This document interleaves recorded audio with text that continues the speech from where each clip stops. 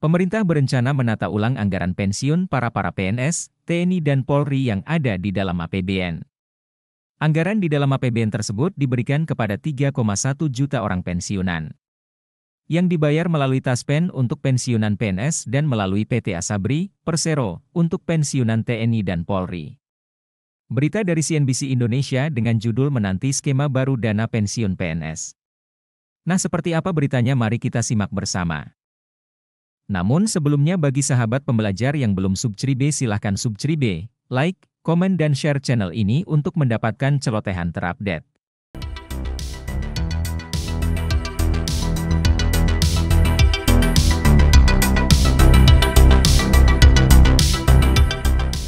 Pensiun untuk aparatur sipil negara. Bisa saja dapat 1 miliar langsung atau malah dapat 20 juta per bulan. Yang mana pilihan netizen? Yang pasti akan kita kupas lebih dalam. Akan langsung lihat slide yang pertama. Sebelum kita melihat apa saja yang akan dirombak, kita akan lihat dulu berapa besar jumlah dana pensiun ini membebani negara. Kalau menurut Dirjen Anggaran Kementerian Keuangan, anggaran untuk pensiunan PNS, TNI, dan Polri saat ini mencapai 120 triliun rupiah per tahunnya yang akan diberikan kepada 3,1 juta pensiunan. Nah, untuk pensiunan PNS pembayarannya melalui Taspen, sedangkan untuk TNI Polri melalui PT Asabri.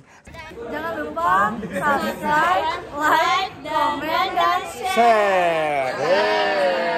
Sedangkan menurut BPK, program pensiun PNS, TNI, dan Polri ini tidak efektif karena belum ada tata kelolanya secara lengkap dan belum disesuaikan dengan perkembangan peraturan perundangan yang berlaku. Jangankan tata kelola, penetapan besaran iuran pemerintah saja belum ada. Kalau menurut Undang-Undang Nomor 40 Tahun 2000, Taspen dan Asabri harus dialihkan ke BPJS Ketenagakerjaan atau BP Jam Sostek.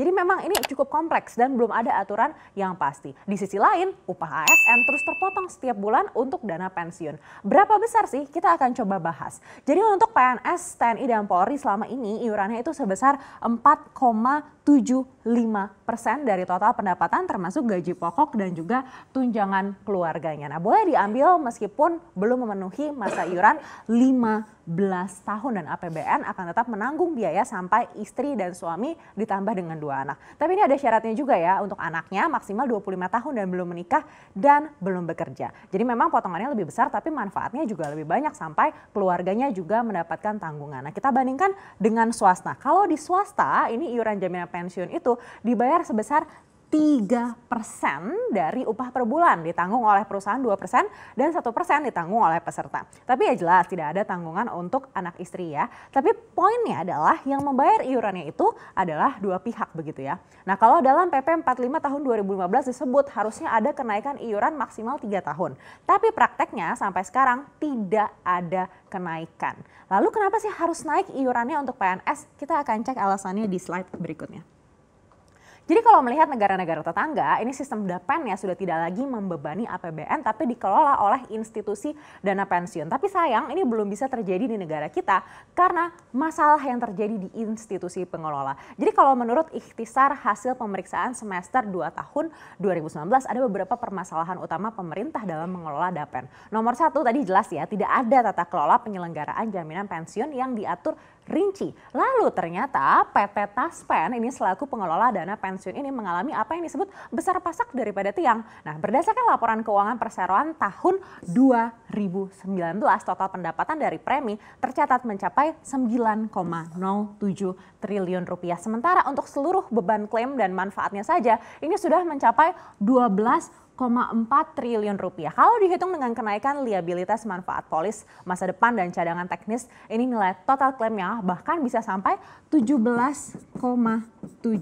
triliun rupiah. Nah, ini juga sudah mulai membengkak begitu dari tahun 2016. Jadi untuk menambal selisih antara premi iuran dengan klaim, PT Taspen selama ini mengandalkan imbal hasil investasi seperti obligasi dan sukuk. Tapi saat ini justru malah banyak menempatkan ke instrumen investasi jangka pendek dengan keuntungan yang sedikit. Jadi kalau selisih negatif ini terus membengkak ya akibatnya negara jadi terbebani. Untuk itu pemerintah mencanangkan perubahan skema pembayaran DAPEN yang baru. Seperti apa? Kita akan cek slide berikutnya.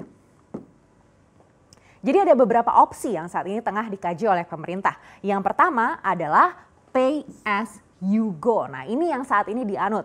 Jadi pembayaran uang pensiunan ASN 100% dibayarkan dari APBN setiap tahunnya. Sudah saya jelaskan sebelumnya tadi. Nah skema baru yang ingin diterapkan adalah fully funded. Jadi dengan skema ini nantinya pembayaran pensiun akan dibayar patungan antara ASN dan pemerintah. Jadi kalau saat ini pensiunan eselon 1 ini hanya mendapat sekitar 4,5 sampai 5 juta rupiah per bulannya. Nah skema ini memungkinkan pensiunan ASN mendapat lebih besar. Mungkin eselon 1 diperkirakan bisa mendapat 20 juta rupiah per bulannya. Atau malahan bisa juga langsung dicairkan di awal dan langsung mendapatkan 1 miliar rupiah begitu misalnya. Nah ini masih terus digodok seperti apa yang paling baik dan jelas menciptakan pro kontra juga. Salah satu anggota DPR mengatakan pembayaran langsung 1 miliar di awal ini berpotensi lebih memberatkan negara dan juga berbahaya karena tidak semua orang bisa mengelola uangnya dengan baik. Selain itu juga sempat ada usul untuk membuka cakupan program DAPEN ini juga untuk pekerja informal. Jadi iurannya bisa disamakan misalnya dengan upah minimum regional dan dipotong 3% begitu untuk iuran pensiun. Jadi misalnya upah minimumnya yaitu 5 juta rupiah begitu lalu dikali dengan 3%. Jadi besaran iuran yang harus dibayar adalah Rp150.000 oleh pekerja informal. Tapi ini masih terus dikaji. Tapi yang sudah pasti adalah sudah masuk dalam prolegnas. Seperti apa? Kita akan cek slide berikutnya. Jadi memang diakui oleh pemerintah kalau institusi pengelola dana pensiun yang ada saat ini tidak memegang peranan yang signifikan pada perkembangan industri keuangan di Indonesia. Jangan lupa like, comment, share, and subscribe. Perbankan masih mendominasi dengan porsi 78%, sedangkan institusi DAPEN ini hanya 2,5% saja dari total aset sektor finansial. Dibandingkan dengan negara Asia lainnya, Indonesia jelas masih tertinggal. Padahal sangat penting memastikan pengelolaan dana pensiun yang baik untuk bisa meningkatkan kepercayaan masyarakat. Nah, untuk itulah dicetuskan perbaikan, terutama dari Kementerian Keuangan yang membahas antar kementerian juga. RUU Dana Pensiun menjadi salah satu dari 19 RUU yang diusulkan Kementerian Keuangan untuk masuk dalam prolegnas jangka menengah tahun 2020 hingga 2024. RUU Dana Pensiun ini akan menjadi tanggung jawab Badan Kebijakan Fiskal didampingi Unit Sekretariat Jenderal Kementerian Keuangan. Diharapkan dengan adanya undang-undang ini maka industri dana pensiun tidak stagnan dan tingkat partisipasi masyarakat bisa tumbuh pesat. Tujuannya selain membangun sistem pensiun yang lebih optimal juga bisa meningkatkan iklim investasi dan juga mengakumulasi dana jangka panjang dan berkesinambungan.